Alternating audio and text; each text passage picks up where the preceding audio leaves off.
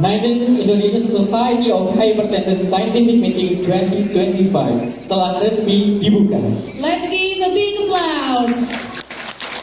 Kali spesialis penyakit dalam konsultan ginjal hipertensi sebagai moderator dengan tema Resistant Hypertension, a Practical Clinical Approach for Diagnosis and Treatment. Kepada beliau dipersilahkan.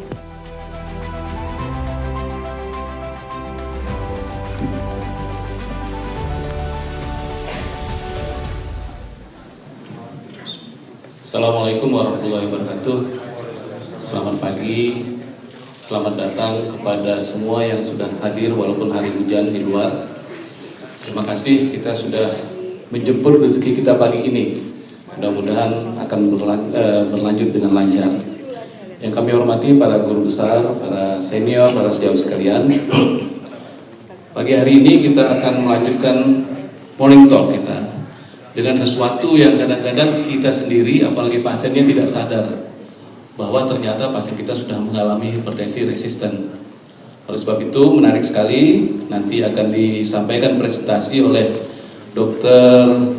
Anandara Indriani, spesialis, silakan Dr. Anandara, dan kemudian kami jemput, kami panggil para panelis kita pada pagi hari ini, Prof. Dr. Yuda Taruna, spesialis saraf.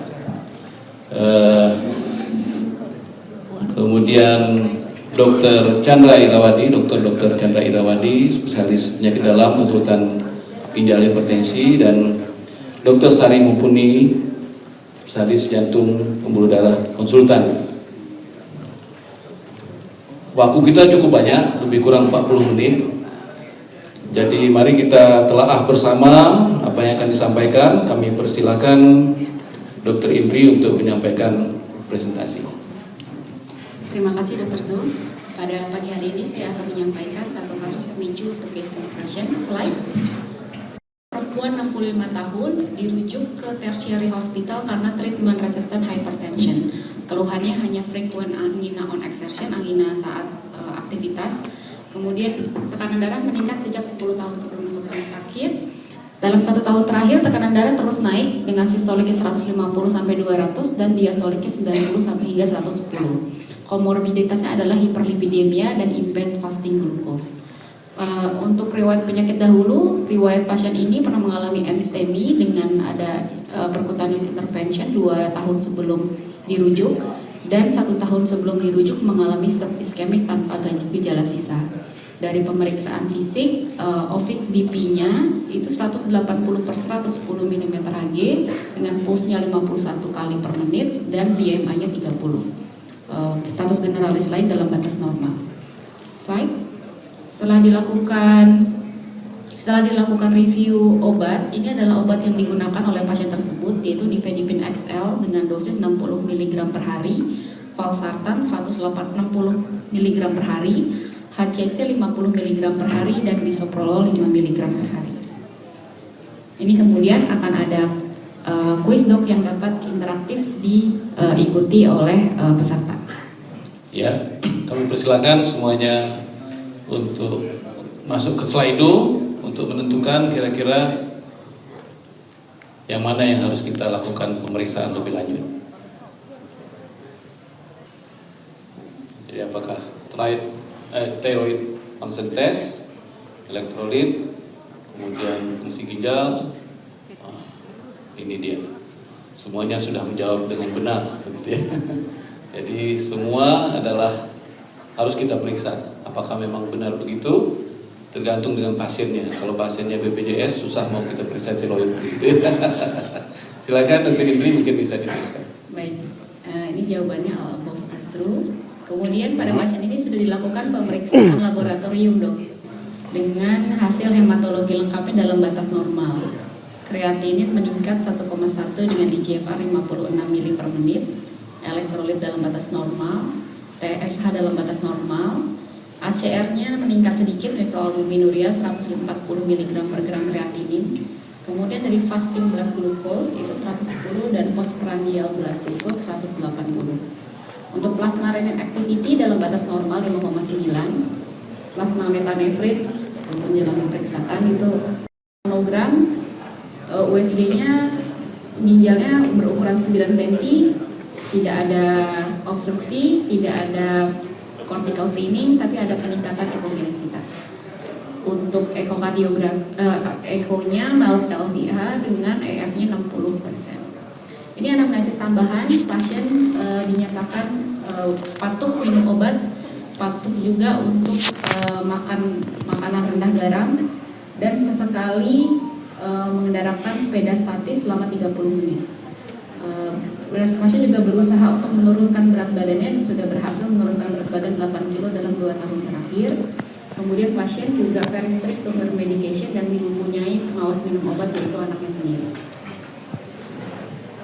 Baik, semuanya sudah kita dapatkan informasinya, dan kita silakan Dr. Sari untuk memberikan tanggapan sebagai panelis pertama. Silakan Dr. Sari. Terima kasih Dr. Zulkhair. Selamat pagi teman sejawat sekalian. Terima kasih sudah hadir di pagi-pagi weekend ini. Jadi dari Dr. Indri tadi sudah memaparkan kasusnya. Jadi pasien ini sudah dirujuk ke rumah sakit rujukan tersier ya, untuk ditangani lebih lanjut mengenai hipertensinya. Tapi sebelum dan dianggap ini hipertensi resisten. Tapi kita akan mengingat kembali,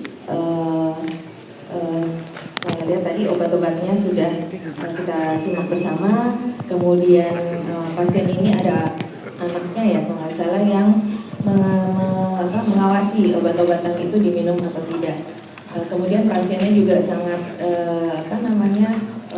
ingin untuk sehat, sehingga dia sudah melakukan exercise ya, sesuai tambahan tadi.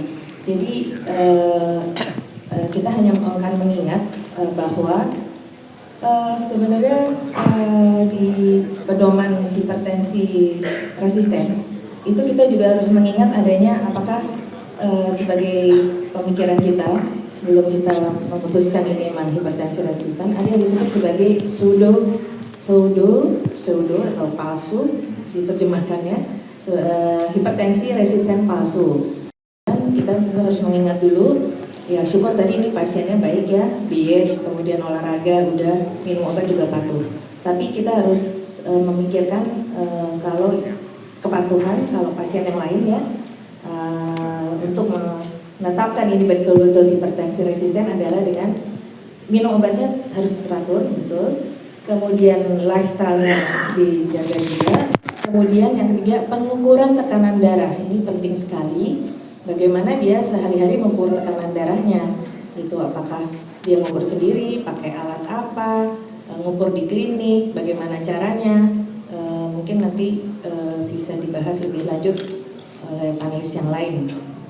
Kemudian, jadi kalau kita sudah menyingkirkan pseudo hipertensi, maka kita bisa menegakkan pasien ini sebagai hipertensi resisten. Yang true hipertensi resisten itu dengan kita sudah mengukur tekanan darahnya itu benar-benar konsisten, memang di atas 140, di atas 90, dengan regimen obat yang sudah sesuai dengan hipertensi resisten ya. Jadi ada 3 obat plus 1 diuretik kalau nggak salah gitu. Jadi itu yang disebut diagnosis hipertensi resisten. Jadi harus kita yang singkirkan dulu pseudonya, kemudian tekanan darahnya konsisten memang di atas 140/90 dengan segala lifestyle-nya juga sudah diatur. Demikian. Terima kasih Dr. Sari. Pertanyaannya adalah, apakah cukup kita melakukan berpedoman pada pengukuran tekanan darah di rumah sakit, atau harus melalui ABPM atau melalui home blood pressure monitoring? Itu akan dijawab oleh panelis kita berikutnya adalah pada Prof. Dr. Luna. Kami persilakan. Terima kasih. Ini bukan standar BPJS. Jadi sebenarnya kalau di guideline perlu ada beberapa referensi gitu ya. Ada kita kenal, jadi gini prinsipnya seseorang dinyatakan tekanan darahnya itu tinggi, itu nggak bisa diukur sekali gitu. Atau mau saya bilang adalah nggak bisa diukur hanya di klinik gitu ya. Itu harus diukur berulang-ulang. Ada yang disebut nanti yang pengukuran di rumah dan nanti ada yang pengukuran 24 jam gitu ya. Nah bahkan di beberapa guideline seperti misalnya guideline di Jepang gitu ya. Siapa sih yang disebut ini belum yang resistan hipertensi? Ini siapa yang hipertensi? The true hypertension itu adalah yang di office atau di klinik diukur tinggi dan di rumah tinggi. Sekali lagi, yang di klinik tinggi dan di rumah tinggi itu yang disebut dengan true hypertension. Tapi kan kalau yang di klinik tinggi di rumah enggak kan white coat gitu ya. Kalau yang di rumah tinggi di klinik enggak, jadinya kan yang masking gitu ya. Nah, itu yang disebut dengan true hypertension. Nah, sekarang nanti kita akan mengenal juga siapa sih yang disebut dengan true resistant hypertension. Yang disebut true itu yang katanya ya di klinik tinggi yang dalam 24 jam diukur berulang-ulang tinggi. Nah, itu yang sekali lagi di guideline Eropa begitu ya, memang harus menggunakan ABPM yang diukur secara ambulatori 24 jam gitu ya, yang harus di lengan atas gitu ya, bahkan stripnya per 20 menit. Ini kita diskusi yang idealnya begitu ya, yang idealnya. Tetapi mungkin dengan fasilitas yang sangat terbatas ya memang ya kita harus tahu sebagai kalau tersedia memang harus dilakukan itu gitu ya. Nah memang ada beberapa kelebihan daripada ABPM ini gitu ya. Apalagi memang penekanan di guideline khususnya yang sedang kita susun gitu ya, dan ini terlibat untuk guideline Asia itu sangat unik gitu. Bukan hanya soal absolut hypertension ya, tetapi variabilitasnya itu justru yang prognosisnya karena jelek juga gitu ya. Itu data dari Kemenkes demikian dan data di Asia demikian.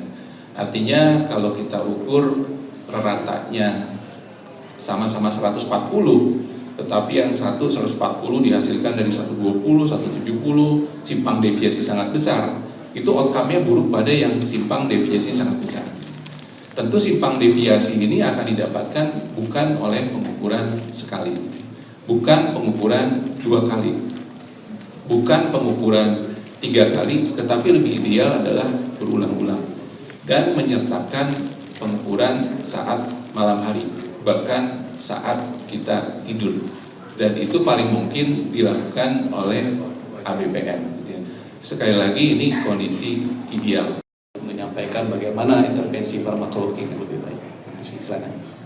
Terima kasih Dr. Khair. Assalamualaikum warahmatullahi wabarakatuh. Jadi kita tahu bahwa berbagai sudut ya bisa berfaktor bisa menyebabkan terjadi hipertensi. Kita lihat bahwa ini sudah terjadi true resistant hypertension.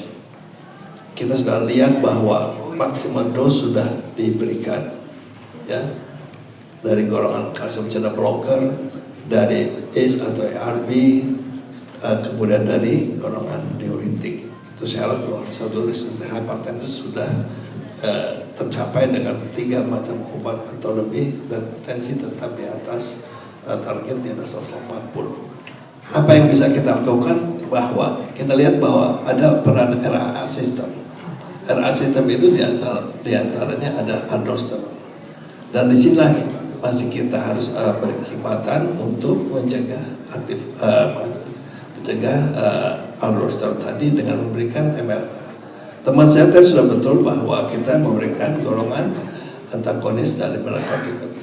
Nah ini kita sudah berikan dan kita saatnya kita berikan pada pasien ini, lalu kita evaluasi lagi untuk melihat tekanan darahnya. Meskipun ini tadi sudah disebutkan berbagai macam cara ya bagaimana untuk menurunkan tekanan darah pada pasien dengan resistensi hypertension. Kita lihat nanti ada dosnya tadi sudah dioptimalkan dan inovasi nanti aja dulu oral dulu, kita bisa berikan obat-obatan MRA, kemudian golongan alpha blocker atau beta blocker masih kita tunda dulu, tapi kita mencegah dulu terjadinya suatu denervasi. Kemudian yang selanjutnya kita untuk melakukan intervensi tadi adalah ya, langkah pertama kita tadi sudah lihat lifestyle itu juga menjadi peran penting ya, lifestyle di mana kita haruskan garam ya. Kemudian kita lihat ya quality of life, karena sering dari MBPM tadi kita lihat apakah seseorang itu ada apnea dan apa peningkatan tensi pada malam hari. Ideal setidaknya memang setiap penderita hipertensi, apalagi yang cenderung untuk variabilitasnya besar, seperti misalnya ada komorbiditas gitu ya, atau tidak ada komorbiditas tapi pada lansia, memang dianjurkan harus punya pengukur tekanan darah di rumah gitu ya. Dan evidence-nya memang jelas yang morning hypertension itu faktor resiko untuk stroke dan jantung gitu ya, termasuk ginjal. Demikian juga yang nocturnal gitu. Demikian juga kalau beda yang morning sama nocturnalnya katanya beda 20 mm air raksa gitu ya. Bahasanya masih untuk air raksa, itu resiko tinggi. Jadi sekali lagi true hypertension kalau di guideline idealnya bukan BPJS gitu ya, katanya lewat ABPM. Tetapi setidaknya untuk menyatakan true minimal di klinik diukur, setidaknya di rumah ada alat pengukur di rumah gitu ya, meskipun bukan ABPM. Begitu, terima kasih. Baik, terima kasih Prof. Ya, kita selama ini mengenal apa yang disebut sebagai white coat hypertension. Tensi di rumah sakit itu jauh lebih tinggi daripada di rumah. Tapi tidak jarang kadang-kadang pasien kita juga ada yang justru di rumah dia tinggi, di rumah sakit dia rendah. Ini harus kita cari apa penyebabnya di rumahnya bisa tinggi gitu ya. Baik, lanjut. Baik dok, pertanyaan berikutnya adalah bagaimana tata laksana pada pasien ini? Silakan para sejawat untuk menulis di slide itu.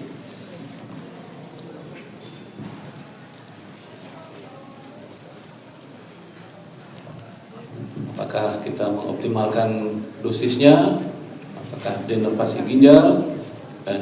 Kemudian menambah MRA, menambah alpha blocker, atau kita cukup mengobservasi saja sambil menyuruh pasien kita untuk berdoa, mudah-mudahan dia tenang gitu. Baik, kelihatannya yang paling banyak sudah mulai ini kelihatannya. Ya, yang benar adalah menambahkan MRA. Ya, itu di samping yang lain-lain. Silakan panelis berikutnya. Tidak ya. Kemudian kita lihat lifestyle-nya, pola makannya. Kita kalau pasien-pasien obes ya, kita harapkan berat badan dan jangan lupa exercise ya. Kemudian apabila nanti kita perhatikan masih tinggi ya, kita kan yang ada saat ini golongan hidroklotiasid ya. Nah, kita ganti sekarang obatnya, diuretiknya dengan golongan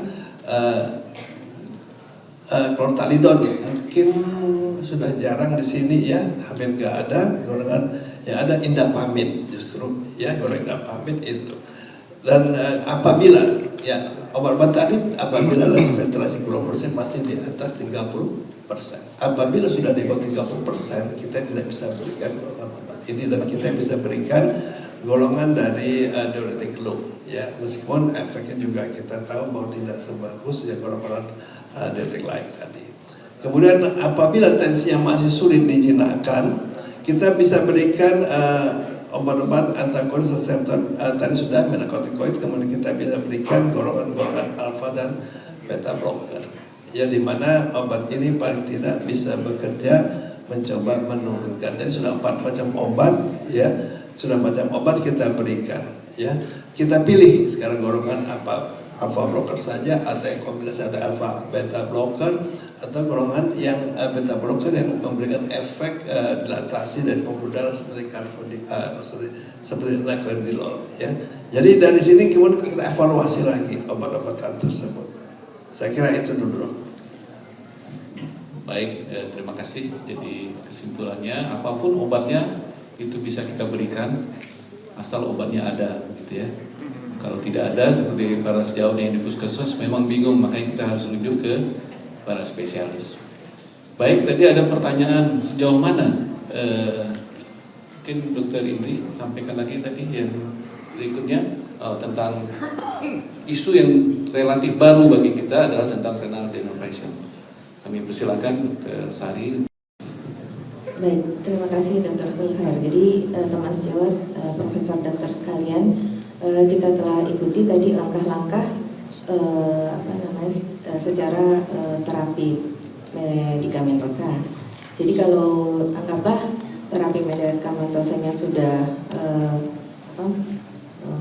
optimal dan maksimal begitu dengan dosisnya, maka di dunia hipertensi resisten ini ada yang disebut kita intervensi secara prosedur ya, tindakan. Jadi yang disebut sebagai denervasi arteri renalis. Jadi dulu intervensi ini dilakukan secara bedah, namun kemudian beberapa berkembang kemudian jadi dilakukan oleh beberapa kemudian kami misalnya ada yang di divisi intervensi kardiologi itu di center-center beberapa sudah melakukan hipertensi denervasi ini. Dari guideline rekomendasi itu di tahun-tahun sebelum tahun 2020-an itu tidak masuk ya rekomendasi ini karena beberapa trial itu gagal menunjukkan optimalisasi hipertensi dengan cara denervasi ini. Tapi kemudian mungkin terus berkembang penelitian-penelitian di Asia pun ada yang disebut sebagai Asia Renal Denervation, itu yang dengan prosedur ya itu yang disebut sebagai renal denervasi. Dan tahun Eropa, European Society of Cardiology dan European Society of Hypertension tahun 2023 rekomendasinya memasukkan renal denervasi ini sebagai tata laksana hipertensi resisten. Yang perlu kita edukasi kalau mengenai algoritmanya, ya kita lihat di sini bahwa pasien dengan hipertensi itu kita udah yakin tadi yang ke sebelah kiri ya, pasien kita adalah teman-teman kan melihat ke sebelah kiri ya, yang biru atau warna hijau itu. Jadi kalau udah patuh, udah obat-obatan udah optimal dan dosis maksimal, tapi ada syaratnya yaitu laju filtrasi ginjalnya harus di atas 40. Ya, mungkin Dokter Indri bisa highlight di situ ya. Itu syarat untuk dilakukannya denervasi arteri renalis. Mengenai prosedurnya sendiri, mungkin kita bisa rujuk beberapa teman sudah melakukan di center di harapan kita, mungkin setahu saya dilakukan, beberapa teman intervensionis sudah melakukan. Tapi yang penting adalah untuk kita ketahui bersama, setelah pasien ini dilakukan denervasi, kita masih harus edukasi bahwa dia tidak bisa lepas obat sama sekali, itu mungkin. Jadi kalau harapannya ke pasien misalnya tadi ada 5 obat, dia berharap 5-5-nya tidak dikonsumsi lagi, tidak seperti itu. Jadi yang intinya adalah bisa dilakukan dengan syarat tadi, laju filtrasinya lebih dari 40, tapi pasien tetap harus ada minum obat, tapi paling tidak 5 gitu. Jadi beberapa laporan teman-teman yang sudah melakukan, misalnya dari 5 obat mungkin ada 1 atau 2 obat yang masih harus dikonsumsi untuk mengontrol hipertensinya. Dan dari pengalaman, maaf saya nggak bisa tampilkan di sini, tapi ada satu kesempatan tentang pembicaraan hipertensi resisten yang melakukan observasional ya, karena belum banyak kasusnya dan mungkin BPJS juga tidak, untuk self-pay juga mahal. Dalam 6 bulan itu observasi hipertensinya terkontrol, tapi masih dengan obat, tapi tidak 5 obatnya. Demikian Dokter. Baik, terima kasih Dr. Sari. Kita masih ada waktu lebih kurang 5 menit. Mungkin ada satu pertanyaan dari audiens yang pertanyaan singkat, kami persilahkan kalau ada yang ingin bertanya. mengenai hipertensi resisten ini, atau ada yang ingin berpendapat dari para guru besar? Kami persilakan. Oh, silakan, tolong mic-nya. Ini di sebelah kiri. Ada? Ya. Silakan perkenalkan. Terima kasih atas waktunya. Saya Barkah dari Jogja. Yang pertama tentang denervasi, bagaimana kita mengetahui bahwa simpatiknya itu tinggi, itu sehingga kita bisa menentukan indikasi untuk denervasi. Kemudian yang kedua, untuk melihat optimalisasi apakah obat sudah mencapai dosis yang diharapkan, apakah ada kadar obat tertentu di dalam darah itu memang sudah optimal, misalnya spironolaktonnya berapa dan seterusnya, kan semua sudah diblok, jantung sudah diblok, reseptor sudah diblok, kemudian prosesnya juga diblok, renin mungkin sudah diblok, semua sudah diblok, semua alpha blocker juga sudah. Apakah follow up-nya itu apa yang menentukan bahwa semua obat kita sudah optimal? Terima kasih. Baik, terima kasih Dr. Barkah. Mungkin Kesari dulu menjawabnya. Yang pertama, kemudian dilanjutkan ke Dr. Chandra. Terima kasih Dr. Barkah. Jadi kalau pasien ini sebenarnya kalau udah kita tentukan dengan definisinya hipertensi resisten, dengan obat-obat yang sudah sesuai dengan tata laksana tadi sampai selesai, berapa step yang tadi Dr. Chandra itu, jadi sebenarnya dari semua lini kan sudah kita optimalkan. Sebenarnya kita tidak, dan agak sulit kan mengukur simpatitis overdose. Kalau di penelitian-penelitian bisa dilakukan research. Jadi di sini syarat dari renal denervasi itu hanya untuk orang-orang yang dengan 5 obat itu sudah masih tidak terkontrol dan laju filtrasi ginjalnya lebih dari 40, maka indikasi untuk dilakukan. Jadi kita tidak mengukur-ngukur lagi, dok. Baik, terima kasih. Terima kasih. Selanjutnya Dr. Chandra, silakan. Tadi kan mungkin Kadar obat begitu ya. secondary hypertension mungkin sebagai penyebab adanya resistant hypertension. Kita lihat tadi bahwa kadar masing-masing stenosis arteriovenous juga ada, dan USG-nya sudah kita lihat bahwa untuk penelitian Doppler kita sudah tidak menemukan adanya penyebab atau secondary renal disease. Ya. Jadi secondary hypertension ini sudah kita bisa singkirkan dari hasil-hasil pemeriksaan tadi. Saya kira sudah melengkapi untuk itu semua. Baik, mungkin Prof. Yuda akan menambahkan sih. Baik untuk renal pasti treatment maupun sekaligus lifestyle tadi. Ya, untuk renal mungkin tadi sudah ahlinya, cuma kebetulan di kasus ini ada data mengenai riwayat stroke gitu ya. Hipertensi menyebabkan stroke, tetapi apakah ada faktor yang lokasi di stroke sendiri memprovok hipertensi gitu ya.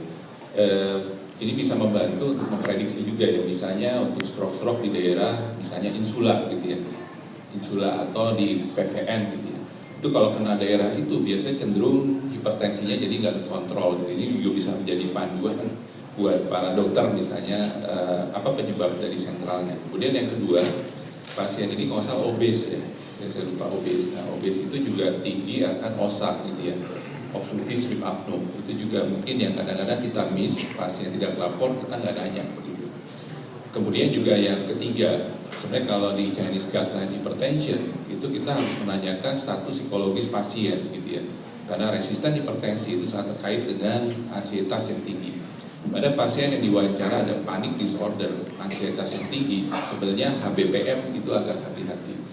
Baik, terima kasih. Sebagai penutup, saya ingin merangkum kira-kira apa yang disampaikan oleh panelis. Yang pertama, kalau kita berhadapan dengan resistant hypertension, ya tentu kita harus membedakan dengan apa yang disebut sebagai false resistant hypertension. Ada 4 hal yang harus kita lihat.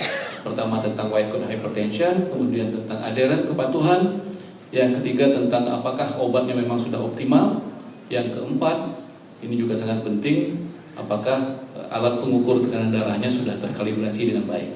Itu yang pertama. Kemudian yang kedua, kalau kita berhadapan dengan resistant hypertension, yang harus kita pikirkan pertama, hati-hati hipertensi sekunder.